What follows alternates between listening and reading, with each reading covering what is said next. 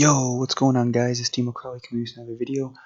We had another international challenge battle here on the battle spot for the month of June. And today, my opponent's team, quite interesting. It's kind of the opposite. I like to think of it as the opposite of the Groudon Xerneas team, because you get Kyogre and Yveltal. Even though Yveltal's not strong against Xerneas, they're still the legendaries from those generations, so interesting team. I've kind of always had problems with the Yveltal, just because I feel like it's really bulky. Plus, it gets with its dark aura and the sucker punch and the foul play, the knockoff stuff like that. So it's always an intimidating Pokemon for me because I don't really have any answers to it. So here, I also see my opponent has Vivillon in there. I'm like, I wonder if it's just like a 5-man team and he puts that on there because he likes it. I don't know. You never know with this kind of stuff. So in the end, I do end up bringing Thundurus to deal with the potential Vivillon because I'm like, well, it doesn't have high offensive or high attack or special attack, so it's probably going to be some sort of support. So I decided to bring Thundurus for that reason. And well, let's go ahead and get this battle started and see how we fare off against this team. So I end up leading with Thundurus and Rayquaza. I'm expecting that Vivillon to lead, and I'm also expecting. Well, I just put it Rayquaza to get some offensive pressure out. So I see that Vivillon comes out right away, and I'm like, well, I'm glad I started out with Thundurus then, because now I'm going to be able to get the taunt off, and it's not going to be able to. Well, I still don't know what this thing's going to do, but I'm just like, well, I'm going to get the taunt off, and if it's going to do anything, it's not going to be able to, because offensively, it's not going to hurt me that bad. So turn one, I do go for the Mega Evolution here, and looking back in retrospect, I don't know if that was a good idea, because he does have 2 flying type Pokemon out, so now my Thunderbolt will only do half damage.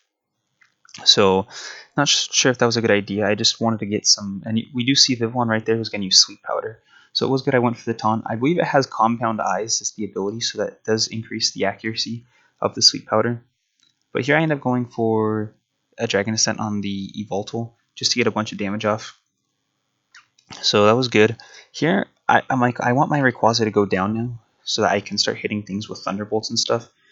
But interesting enough, he also protects his Yveltal here, which was kind of unfortunate. I go for the extreme speed here on Vivillon to break a potential sash and get some damage off. So that does a lot, and he goes for the Hurricane, but it misses. So I'm not sure if that's necessarily a good thing, because I did want the free switching right there. I am going to be able to knock off his Vivillon, but there's not much it can do at this point in time. I mean, if he knocked it out, I would have gone for... I'm going for a Thunderbolt this turn, and it would have done a lot more. It actually would have knocked it out.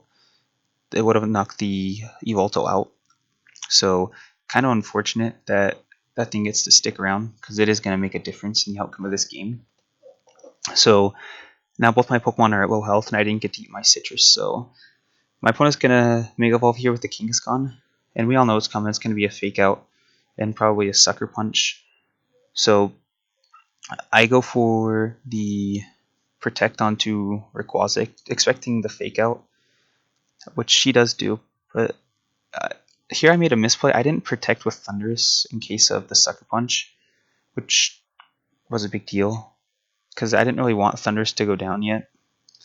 So now I'm going to bring in my Porygon 2. In the back I got Groudon. I want to get the Trick Room up, since I know that these 2 Pokemon are faster than my Groudon.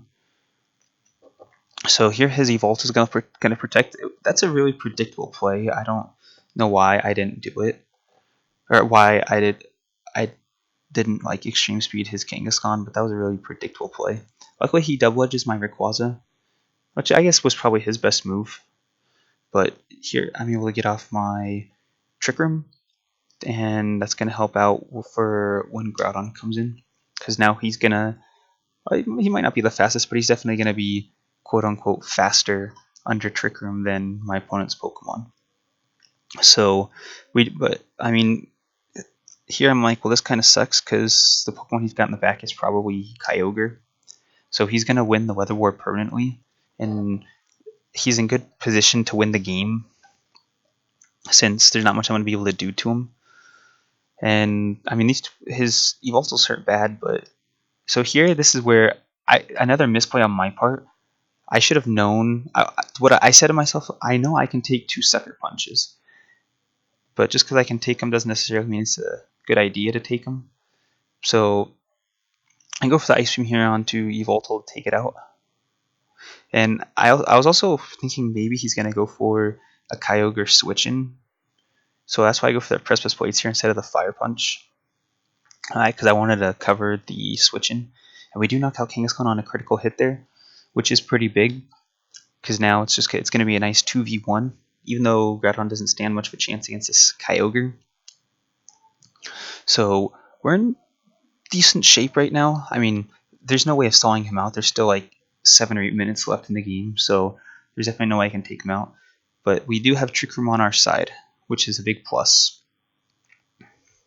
So here I go for Protect on Groudon, expecting a Water type move, and my opponent goes for the Protect as well. So he's going to try and stall the Trick Room, which is really good for him because I think there's only at this point there's only 3 turns left or 2 turns left. So here I'm just going to straight out attack. This is my hidden power ground. It's not going to do too much. We see it doesn't how little damage that does. But the Precipice Blades is going to come in here and deal tons of damage. But unfortunately, another hidden power is not going to be enough to take out this Kyogre. We need 2 more hidden powers, which is really unfortunate because that means my opponent's probably going to win the game. So here he's going to protect. He's going to stall at the last turn of Trick Room. So if my opponent didn't protect one of those 2 times, he would have ended up losing. Or he would have ended up losing for sure. So here we're going to see the Scald, and that's going to deal tons of damage. It is a critical hit, but the crit doesn't matter. It's still a 2-hit KO. So here I need a crit, or it's game over, and we don't get it. So some good plays by my opponent. I mean, he did a good job stalling out that Trick Room. He did go for 2 protects. So, I mean, he played pretty well. I also had some misplays, especially when my Groudon took... Well, I don't know if it was too big a deal that my Groudon took 2 Sucker Punches because a Scald still would have been a 1-hit KO. But also that Mega Evolution with Rayquaza at the beginning let his Yveltal stick around for a little bit longer. But I had a lot of fun this battle, even though I lost. I made some good plays, I made some bad plays as well. My opponent made some really good plays. So, interesting team. I believe that's the first Kyogre Yveltal team I've seen, and definitely the first Vivillon I've seen. So that's gonna be it for this. Was my second battle on this International Challenge of June. So hope you guys enjoyed. I'll be coming out with the rest of the videos this week of my battles in the International Challenge. But hope you guys enjoyed, and I'll see you guys next time.